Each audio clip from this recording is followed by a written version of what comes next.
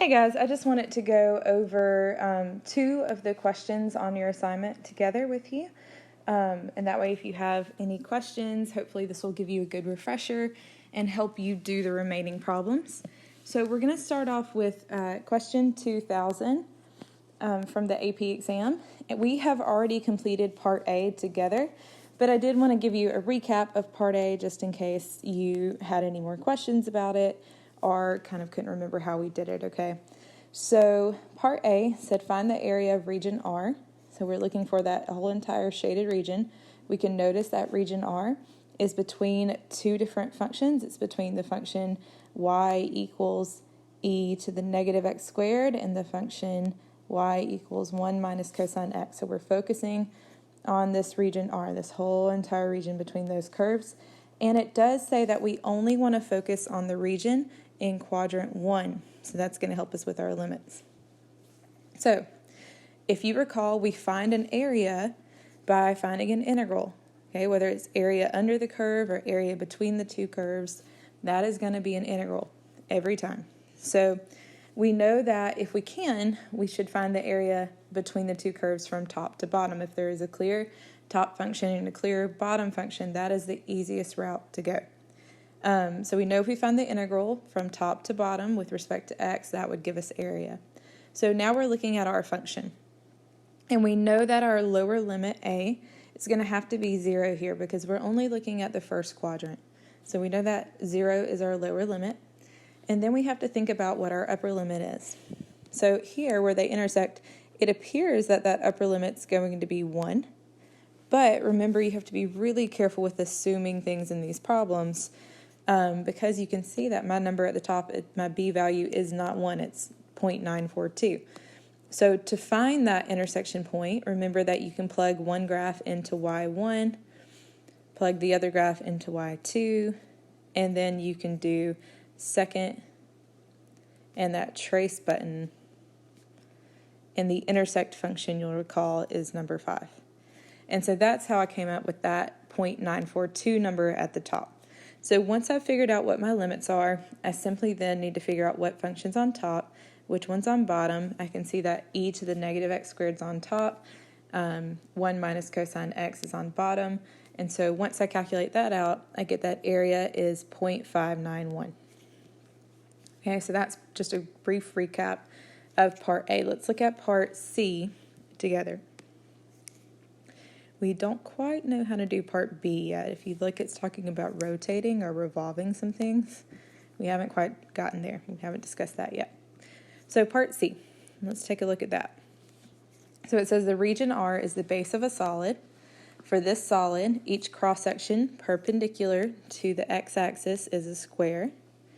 Find the volume of this solid. Okay? So you have to kind of put on your imagination goggles with me for a second. And so what we've got is we've got these cross sections. It says they're perpendicular to the x-axis. All that does when it says that just tells you what you're going to be doing your integral with respect to. So the fact that it's perpendicular to the x-axis just tells me I'm going to be using dx. Okay? So I'm imagining I have all these squares coming out of region R and perpendicular to the x-axis. So you kind of have to like visualize, hey, here's a square popping out. Okay, so pretend this is a square. It wasn't too bad. Let me try that again though. See if I can get it a little better. All right, so imagine we've got this square kind of popping out of region R. So if you recall, volume is simply the integral of an area. If I integrate an area, I end up with a volume. Okay, so I have to think about what am I integrating the area of here? Well, our cross sections are squares. So we're integrating the area of a square. So how do you find the area of a square? Well, to find the area of a square, you take its side length and you square it. So now I know that my volume is going to be the integral from A to B of the side length of that square squared. So now I just need to figure out a few things. I need to figure out what are my A and B value, and I need to figure out what is the side length of my square. So we'll start with the A and B value. So for my particular problem, the A and B value are going to be the same values they were in part A. Okay, it's where the region R starts to where the region R ends. So from 0 to 0.942. Okay, and then I have to consider what is the side length of my square. So let's look at that a little more closely. So the side length of the square, this length right here, this blue one, it looks like it goes from that top curve all the way to the bottom curve.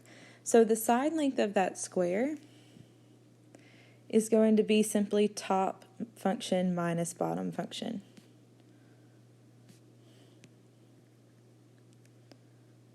So for my square, the top function is e to the negative x squared. Let me make these brackets real quick. Minus the bottom function is 1 minus cosine x. And we're taking that integral with respect to x. So now I've set up the integral from volume. Oops, I almost forgot to square my side length. Remember, it's side length squared. So now I have my integral set up for volume. You can plug this into your calculator and let it calculate it. Remember too, if you graphed this function already in y1 and y2, then you can simply plug in y1 minus y2 here when you take the integral. So don't forget that you have that option as well. So if I calculate that volume out, you should get that that volume is approximately 0.461. Okay, so now we've calculated the area and the volume of a solid with cross sections that are squares. Okay, so that's just a brief recap of what we did last week before we got so rudely interrupted by all of this. And so now let's look at one more problem together. We're going to look at 2004. I want to look at two parts on this as well. We'll look at part A again and then also part C. And again, if you notice part B, this is becoming a trend, is another revolution problem, which we'll start next week looking at. Okay, so part A. Part A says, find the area of the shaded region. So we're looking at an area again, enclosed by the graphs of F and G. Okay, so remember from the last problem, if we want to find an area, we need to find an integral, and preferably we're going to find that integral by doing top minus bottom if there's a clear top and a clear bottom.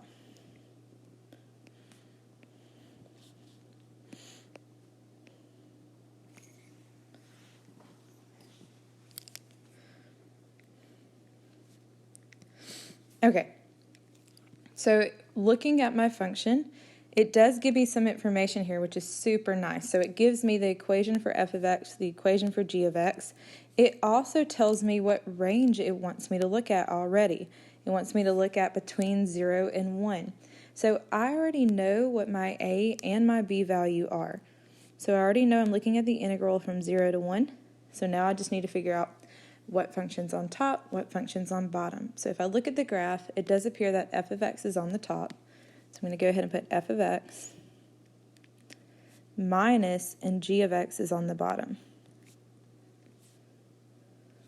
So that one wasn't too bad at all. So the integral was basically set up for us already. It gave us the upper and lower limit. The graph clearly shows what function's on top. So if I plugged these into my calculator, obviously I'm going to have to plug in the actual function, 2x times x, 1 minus x, and so on. Then I can calculate the area. So hopefully you'll pause, try that real quick. But when you put that in your calculator, you get the area, and I'm sorry, I'm turning the page, but you get that the area is approximately 1.133. Okay, so that would be the area for part A. So that problem, not bad at all. Hopefully you would all succeed on that problem if it were actually on the AP exam. So now let's go into part C. Part C, you can see, is long. So already if I'm looking at part C, it looks kind of intimidating. It looks like it's got a lot going on. So don't let that, just like really read it again if you need to, and really try to get a good understanding of what exactly it's asking you for. So it appears that we have this other function, h of x, and it's defined h of x here. That looks a little confusing because we've got two variables, right? We've got a k and we've got an x. And so this looks confusing from the start. Now we are given some limits again, so that's a good thing. We know we're only looking from 0 to 1. So already, if I'm going to have to set up an integral, I know what my a and b are. Now the next thing it says is k is greater than 0. Okay, so that could potentially be important. So let's read those first two sentences again and see what we can get. It says, let h be the function given by h of x equals kx times 1 minus x for x is in between 0 and 1. For each k that's greater than 0, the region, which is not graphed, is enclosed by the graph of h and g.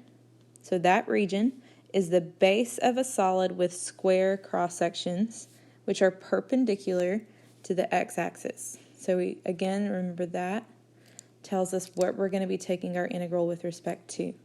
Okay? So already kind of have an idea of what you've got. We've got this graph h of x. We've got this graph g of x. And it's enclosed. It creates some region. And out of this region, we're going to have coming up squares. So we're going to have squares shooting up out of this region that are perpendicular to the x-axis. That creates a three-dimensional solid. Okay, so go ahead and be thinking volume because that's probably what this problem is going to be about. So let's continue. There's a value k for which the volume of the solid is equal to 15.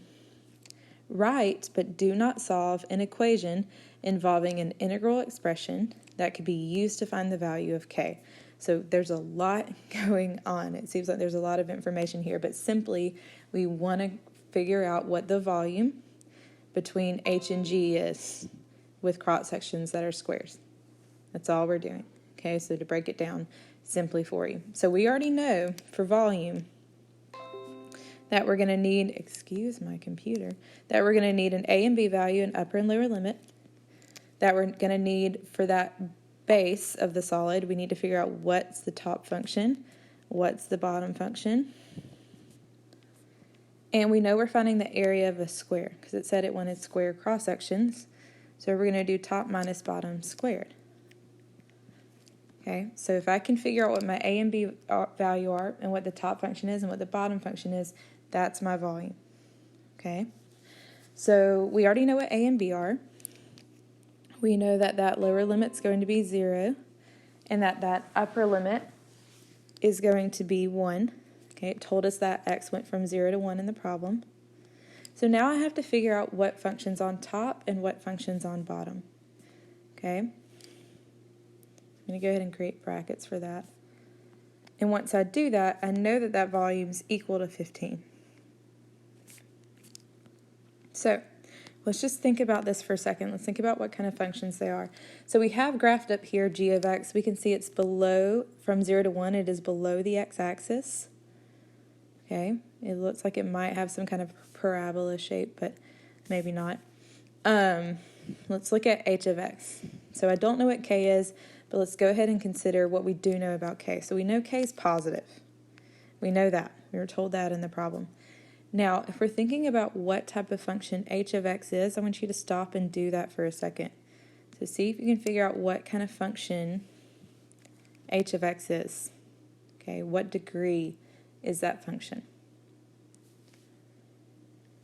All right, so hopefully you figured out that h of x is a parabola. It's a quadratic function. If I multiply kx to x, I get negative kx squared. So there are some things we know. We know x is positive. We know k is positive. So if we have a negative, here, I'll go ahead and write this out up here so that you can see it. I'm going to distribute that kx because I want you to see something. So if I distribute kx, this is what I get. So this is the part of the function I want you to pay attention to. So I have negative kx squared. Think about what that would look like, okay? If you have x squared, that's an upward-facing parabola. It opens upward. So if you have negative kx squared, that's going to be a parabola that opens downward like this. Okay, because we know k is positive, we know x is positive. So basically, I'm going to do a rough sketch. We don't know it exactly looks like this, but basically we have something like that going on. So then if I think about what function's on top, well, h of x is going to have to be on top here. So I already know that h of x is now on top. I know that g of x is on bottom. So I know that my volume, 15, is going to be equal to the integral from 0 to 1 of h of x minus g of x dx. Okay, and that's the problem.